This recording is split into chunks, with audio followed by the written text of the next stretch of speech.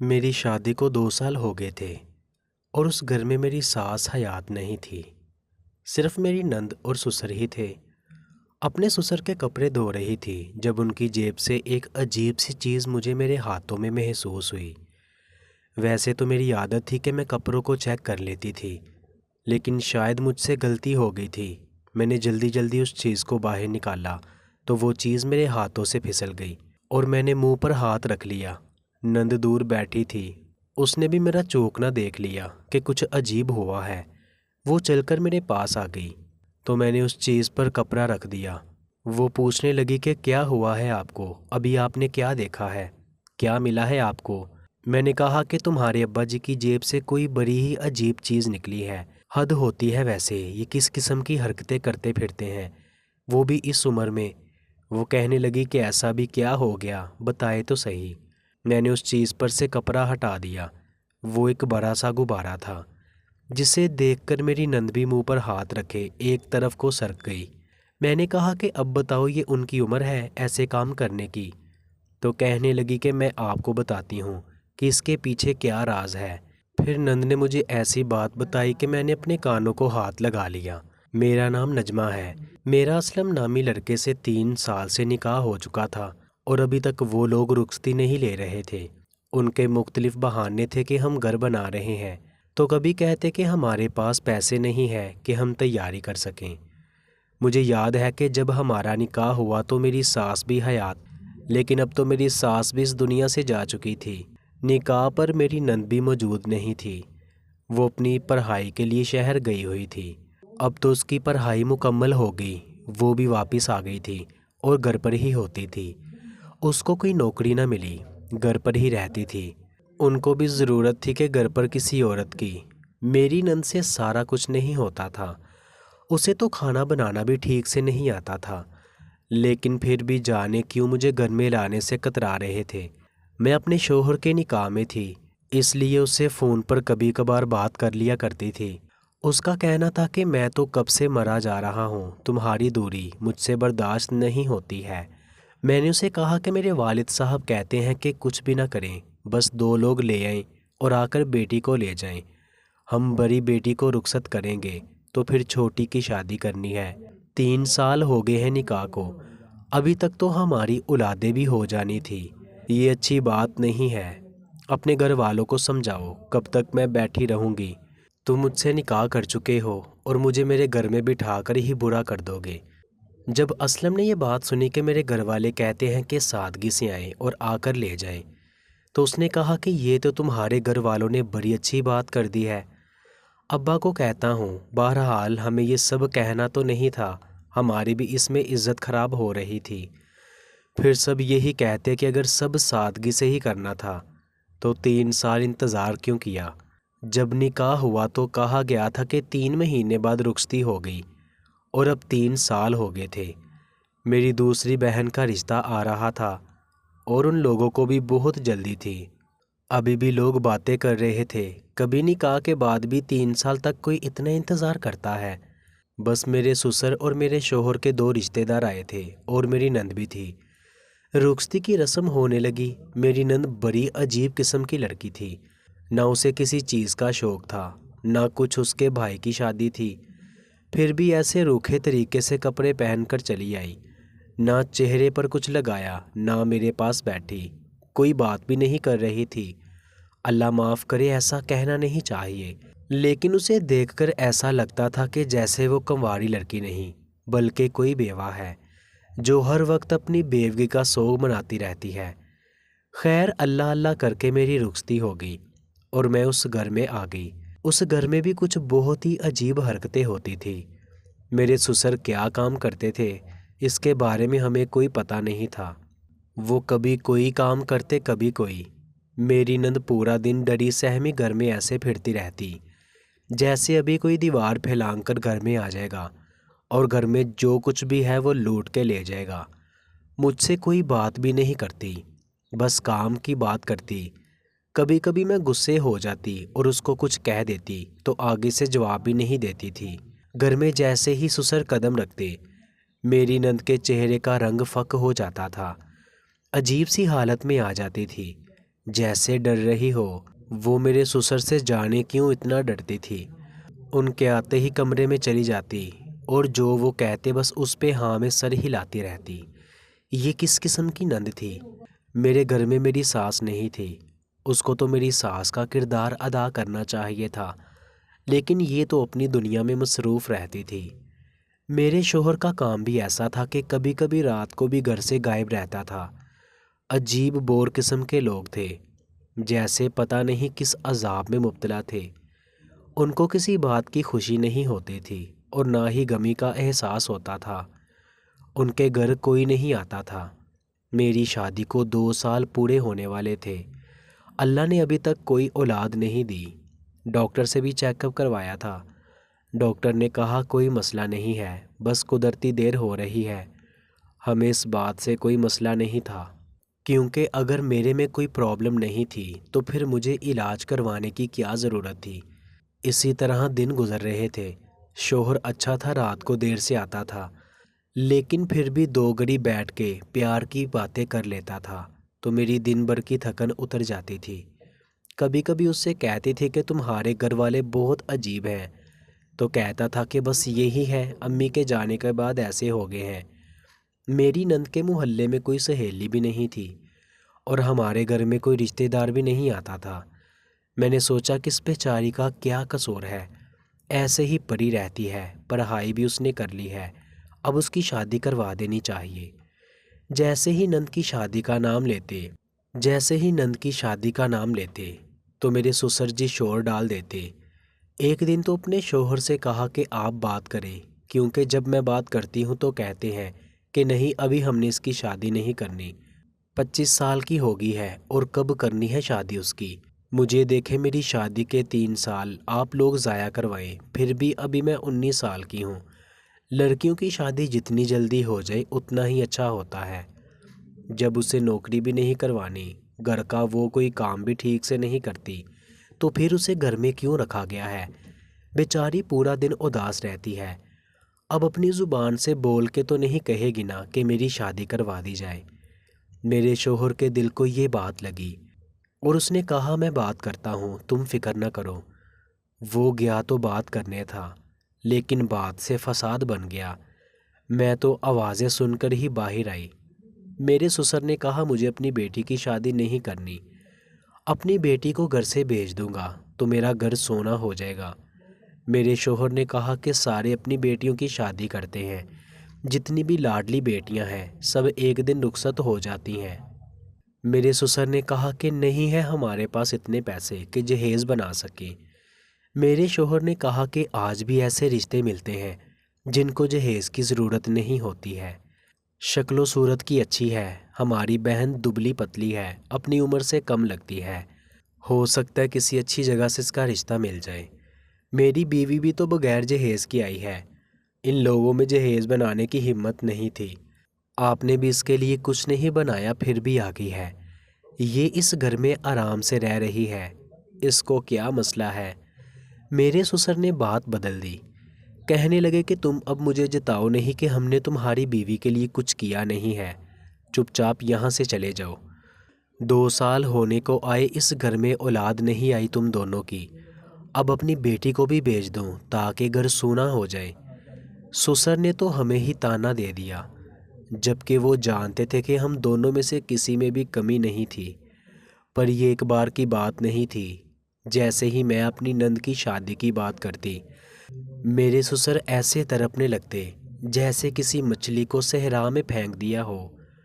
محلے کی عورتیں میرے پاس آتی تھی، پوچھتی تھی اس کا رشتہ کیا ہے یا نہیں، تو جواب تو مجھے ہی دینا پڑتا تھا۔ خیر میں بھی ادھر ادھر کی جھوٹ لگا دیتی کہ رشتہ دیکھا ہوا ہے، لڑکا باہر ہوتا ہے، آ جائے گا تو شادی کر دیں گے، اور پتہ نہیں کیا کیا بولتی تھی۔ وہ گھر کے کوئی کام نہیں کیا کرتی تھی۔ ایک دن میں صحن میں بیٹھی کپڑے دھو رہی تھی، جب میرے سسر کی جیب سے ایک نہایت ہی عجیب چیز نکلی تھی۔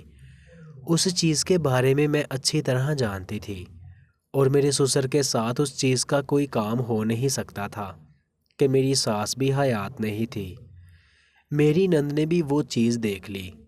جب اسے پوچھا کہ یہ کیا چکر ہے، تو کہنے لگی کہ مجھے کچھ نہیں پتہ۔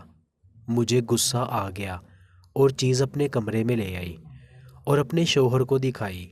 میرے شوہر نے وہ چیز میرے ہاتھ میں دیکھی تو کہنے لگا کہ یہ کیا تم نے ہاتھ میں پکڑ رکھا، شرم نہیں آتی تمہیں، پھینکو اس کو۔ میں نے کہا کہ شرم تو آپ کے ابو جی کو نہیں آتی، کیونکہ یہ آپ کے ابا جی کی جیب سے برآمد ہوا ہے اور آپ مجھے ہی باتیں سنا رہے ہیں۔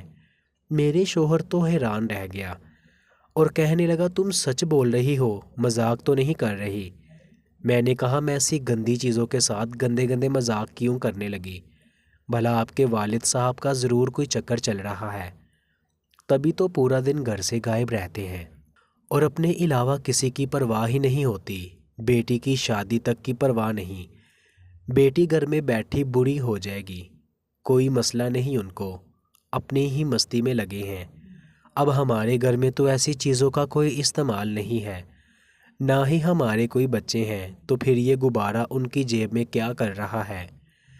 میرا شوہر سر پکڑ کر بیٹھ گیا اور میرے سامنے شرمندہ بھی ہونے لگا۔ کہنے لگا کہ کیا کروں، امی بھی تو اس دنیا سے جلدی چلی گئی ہے، وہ بھی وقت سے پہلے ہو سکتا ہے کہ ان کا شادی کرنے کا دل کرتا ہو۔ تو میں نے کہا کہ جوان بیٹی گھروں میں بیٹھی ہے اور باپ کو شادی کی پڑی ہے، چلو ٹھیک ہے شادی کرنی ہے تو کرے، لیکن پہلے اپنی بیٹی کی شادی کروا دے، پھر اس کے بعد ہم بھی یہ کہنے کے قابل ہوں گے کہ بچوں کی شادیاں ہو گئی تھی، ابا جی کو تنہائی ستاتی تھی، تو کوئی عمر رسیدہ بوڑھی عورت یا بیوہ عورت ڈھونڈ کے ابا جی کی شادی کر دیں گے۔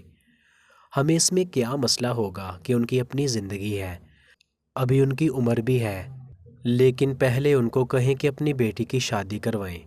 میرے شوہر نے کہا کہ تمہاری نظر میں کوئی لڑکا ہے؟ تو میں نے کہا کہ ہاں، میرا ایک کزن ہے، میرے چاچے کا بیٹا، بہت اچھا ہے، اس کی کپڑے کی دکان ہے، گھر بھی ان کا اپنا ہے، میں ان کو آدھی زبانی کہوں گی تو وہ بات کبھی بھی رد نہیں کہیں گے اور آرام سے رشتہ کروا دیں گے۔ میرے شوہر نے کہا کہ کل ہم دونوں ان کے گھر چلتے ہیں، ذرا میں لڑکے کو دیکھ لوں، پھر میں ابا جی سے بات کروں گا، اگر انہوں نے ہاں کر دی تو پھر ان لوگوں نے تو ویسے بھی انکار نہیں کرنا اور شادی کروا دیں گے۔ میں نے کہا کہ ٹھیک ہے، بہت اچھا سوچا ہے آپ نے۔ اگلے دن میں نے اور میرے شوہر نے میرے کزن کے گھر جانا تھا۔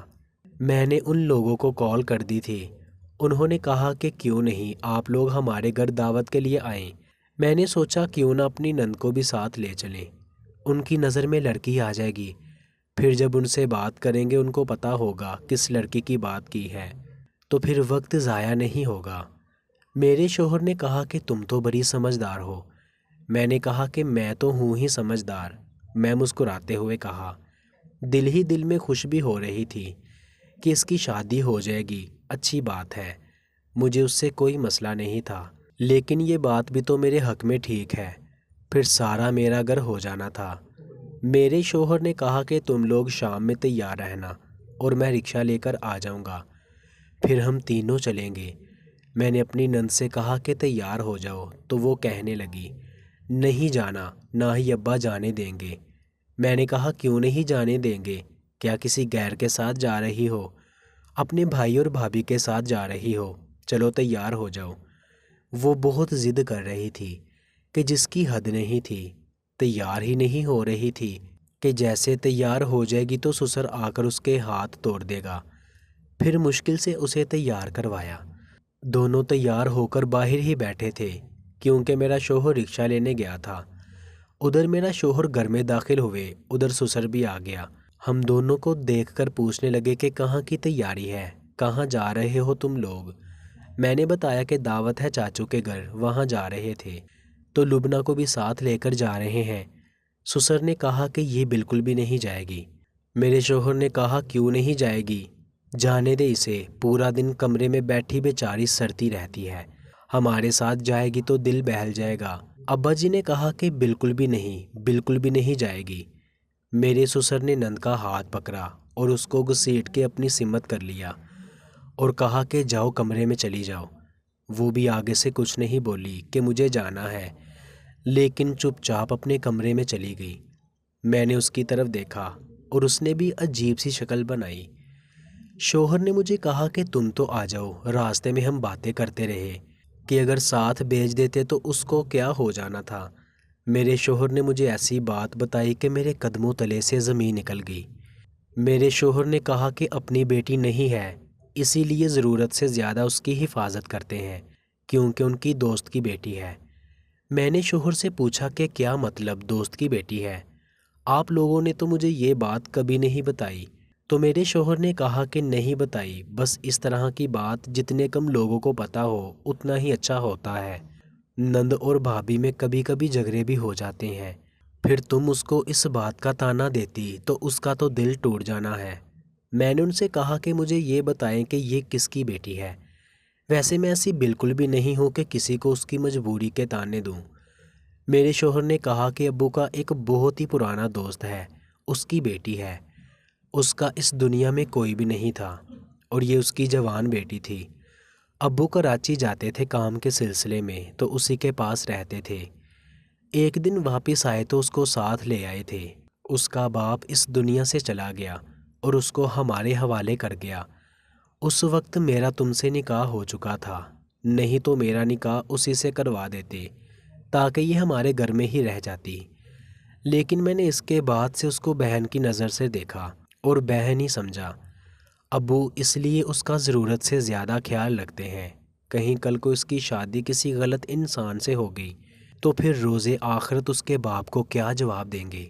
تبھی تو میری نند میرے سسر سے اتنا ڈرتی تھی، ان کی کسی بات سے انکار نہیں کرتی تھی، ان کے سامنے کوئی بات نہیں بولتی تھی اور ان کو گھر میں آتا دیکھ کر پریشان بھی ہو جاتی، چیزیں ادھر ادھر کرنا شروع کر دیتی تھی۔ میری نند کی شکل بھی ایسی بنی تھی کہ رات بھر جاگتی ہے، آنکھوں کے نیچے ہلکے بن گئے تھے۔ شاید اپنے باپ کو یاد کر کے بیچاری رات بھر روتی تھی۔ لیکن پھر اس گھر میں ایک دن ایسی بات ہوئی کہ میں کچھ اور ہی سوچنے پر مجبور ہو گئی۔ میری نند کوئی کام بھی ٹھیک سے نہیں کرتی تھی، ہر وقت پڑی رہتی تھی، اسے کوئی کام کہنے کا بھی دل نہیں کرتا تھا کہ اس نے کرنا ہی بے دلی سے ہے۔ میں نند کا کمرہ صاف کر رہی تھی جب اس کے بستر پر میری ایک ایسی چیز پر نظر پڑی کہ میرے قدموں تلے سے زمین نکل گئی۔ یہ وہ چیز تھی جو میرے سسر کی جیب سے برآمد ہوئی تھی اور اب یہ میری نند کے کمرے میں اس کے بستر پر پڑی تھی۔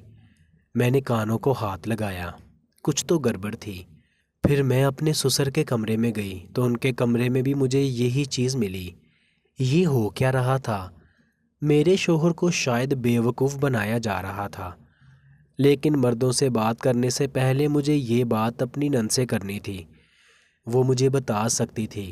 میں نے وہ چیز اسے دکھائی اور کہا کہ تمہارے کمرے سے ملی ہے، ابھی مجھے بتا دو کیا چل رہا ہے۔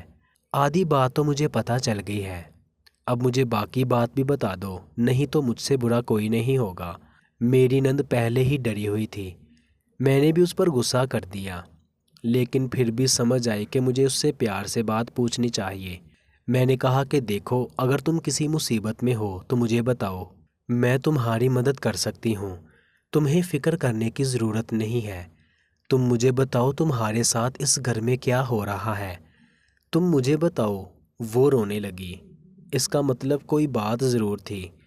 میں نے اس کا ہاتھ پکڑ کر اپنے سامنے بٹھا لیا، اس کے چہرے پر پیار سے ہاتھ پھیرا اور میں نے کہا کہ دیکھو، مجھے بہن سمجھ کر ساری بات بتا دو، تم رو کیوں رہی ہو؟ اس نے کہا کہ میں تو کچھ نہیں بتا سکتی، دیواروں کے بھی کان ہوتے ہیں۔ میں نے اس سے کہا کہ تم میرے کان میں بات بتا دو جو تمہارے دل میں ہے، اگر بتا نہیں سکتی تو لکھ کر بتا دو۔ مجھے وہ بہت زیادہ ڈری ہوئی لگ رہی تھی، کسی بات پر نہیں آ رہی تھی، لیکن بالآخر وہ بول ہی اٹھی اور پھر اس نے میرے کان میں ایسی بات بتائی کہ میرے پیروں تلے سے زمین نکل گئی اور میری آنکھوں میں آنسو آ گئے۔ پھر وہ اپنے کمرے میں گئی اور اس نے مجھے ایک کاغذ کا ٹکڑا دیا۔ اس نے کہا کہ یہ ساری حقیقت کا ثبوت ہے، اس کے بغیر تم پہ کوئی یقین نہیں کرے گا۔ میں نے اپنے آنسو صاف کیے اور پھر اس کے آنسو بھی صاف کر کے بولی کہ تم فکر نہیں کرو، میں تمہاری مدد کروں گی۔ شام کو میرا شوہر آیا تو میں نے کہا کہ مجھے باہر جانا ہے کھانا کھانے کے لیے۔ میرا شوہر کہنے لگا کہ کھانا تو گھر میں بھی بنا ہوا ہے، پھر باہر کھانا کھانے کی کیا ضرورت ہے، بریانی بنی ہے۔ میں نے اپنے شوہر کو آنکھوں سے اشارہ کیا اور کہا کہ مجھے باہر لے جاؤ۔ میں نے باہر کھانا کھانا ہے۔ وہ مجھے گھر سے باہر لے گیا اور ہم جا کر ایک ہوٹل میں بیٹھ گئے۔ وہاں میں نے اپنے شوہر کو ساری بات آرام اور سکون سے حرف بہ حرف بتا دی۔ وہ چلا نہیں سکتا تھا کیونکہ یہ پبلک پلیس تھی، لیکن بالآخر اس نے مجھے غصے سے کہا کہ تم میرے باپ پر الزام لگا رہی ہو۔ آج میں تمہیں ایک بات بتاتا ہوں۔ جب میں نے اپنے باپ سے کہا کہ آپ کی دوسری شادی کروا دیتے ہیں تو اس نے انکار کر دیا۔ جب اولاد خود باپ کی شادی کروانے کا کہے پھر بھی باپ انکار کر دے، ایسا ہوتا ہے کیا؟ میرا باپ نہایت ہی نیک انسان ہے۔ میں نے وہ کاغذ کا ٹکڑا اپنے شوہر کے سامنے رکھ دیا اور کہا کہ یہ دیکھ لو اپنے باپ کی نیکی۔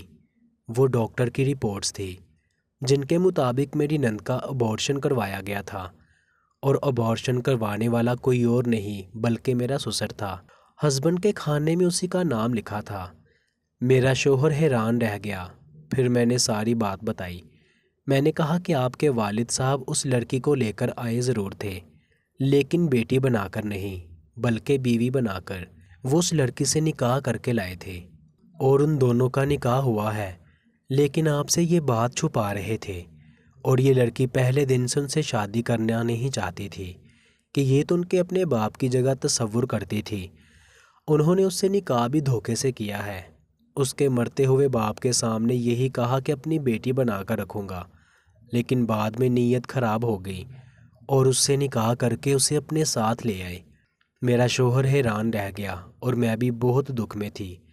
میں نے کہا کہ آپ کے باپ نے اس سے دھوکے سے نکاح کیا اور اب اس کو بہت مارتے بھی ہیں، اس سے اولاد نہیں پیدا کرنا چاہتے کیونکہ پھر زمانے والوں کو پتہ چل جائے گا اس بیچاری کا 2 دفعہ ابارشن کروا چکے ہیں۔ اس قسم کے انسان ہیں آپ کے والد صاحب، میں ان کو کچھ نہیں کہہ سکتی۔ اب آپ جانیں اور آپ کے کام جانیں، لیکن اس لڑکی کی مدد کریں، وہ بیچاری بہت تکلیف میں ہے۔ میرا شوہر ایک لفظ نہ بولا، چپ چاپ جیسے غصہ پی گیا۔ اگلے دن اس نے میرے سسر کی پرواہ کیے بغیر لبنہ کو گھر سے باہر نکالا اور مجھے بھی لے کر اسی ہوٹل میں واپس آ گیا۔